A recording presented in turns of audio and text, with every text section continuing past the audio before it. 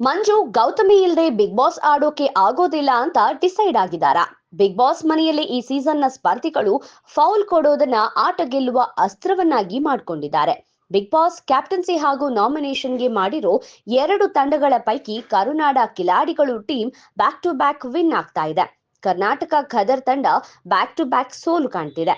ಇದರಿಂದ ಕರುನಾಡ ಕಿಲಾಡಿಗಳು ಟೀಮ್ ಕರ್ನಾಟಕ ಖದರ್ ತಂಡದಿಂದ ಒಬ್ಬೊಬ್ಬರನ್ನಾಗಿಯೇ ನಾಮಿನೇಟ್ ಮಾಡ್ತಾ ಇದೆ. ನಾಮಿನೇಟ್ ಆಗೋ ಸದಸ್ಯರು ಕ್ಯಾಪ್ಟನ್ಸಿ ಓಟದಿಂದನೂ ಕೂಡ ಆಚೆ ಬರ್ತಾರೆ. ಇನ್ನು ಈ ಬಾರಿಯ ಸೀಸನ್ ನಲ್ಲಿ ಎಲ್ಲಾ ಆಟದಲ್ಲಿ ಫೌಲ್ ಪಾಸ್ ಅನ್ನೋದು ಆಟ ಆಡೋಕ್ಕಿಂತ ಹೆಚ್ಚಾಗಿ ಕೇಳಿ ಬರ್ತಾ ಇದೆ. ಟಾಸ್ಕ್ ಕೊಟ್ಟಾಗ ಅದರಲ್ಲಿ ಆಡಿ ಗೆಲ್ಬೇಕು. ಆಟದಲ್ಲಿ ತಪ್ಪುಗಳಾಗೋದು ಸಹಜ. ಅದಕ್ಕೆ ಫೌಲ್ ಕೊಡೋದು ಕೂಡ ಸರಿನೇ. ಆದ್ರೆ 20 ಸೆಕೆಂಡ್ಗಳ ಕಾಲ ಪಾಸ್ ಮಾಡೋದು ಎಷ್ಟು ಸರಿ?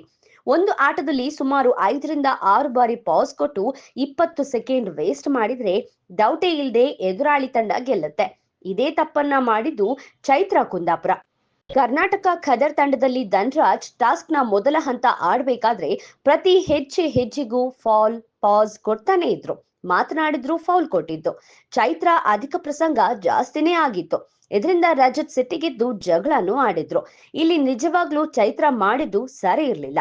ಚೈತ್ರ ಈ ತರ ಆಟ ಗೆಲ್ಬೇಕು ಅಂತಾನೆ ಕರುನಾಡ ಕಿಲಾಡಿಗಳು ಚೈತ್ರನ ಉಸ್ತುವಾರಿ ಮಾಡಿದ್ರು ಅನ್ಸುತ್ತೆ.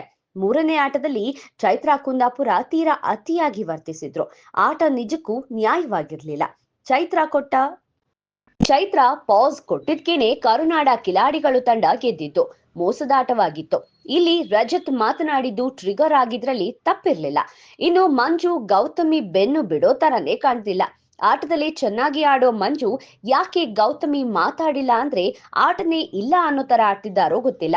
ಗೌತಮಿ ನನ್ನ ಹತ್ರ ಬರ್ಬೇಡಿ ಮಾತಾಡ್ಬೇಡಿ ಅಂದ್ರೂ ಮಂಜು ಗೌತಮಿ ಸೆರಗು ಬಿಟ್ಟು ಓಡಾಡ್ತಿಲ್ಲ. ಮಂಜು ಆಟವನ್ನ ಗೆಲ್ಲೋದು ಒಬ್ರೇ ಅನ್ನೋದನ್ನ ಮರೆತು ಜೋಡಿಯಾಗಿ ಗೆಲ್ಲೋದು ಅಂತ ತಪ್ಪು ತಿಳ್ಕೊಂಡಿದ್ದಾರೆ ಅನ್ನಿಸ್ತಿದೆ. ಆಟದ ಕೊನೆಯಲ್ಲಿ ಗೆಲ್ಲೋರು ಯಾರು, ನಾಮಿನೇಷನ್ ಲಿಸ್ಟ್ ಸೇರೋರು ಯಾರು, ನಾಮಿನೇಟ್ ಆಗದೆ ಕ್ಯಾಪ್ಟನ್ಸಿ ಓಟದ ಬೋರ್ಡ್ ಅಲ್ಲಿ ಉಳಿಯೋರು ಯಾರು, ಕಾದು ನೋಡ್ಬೇಕು.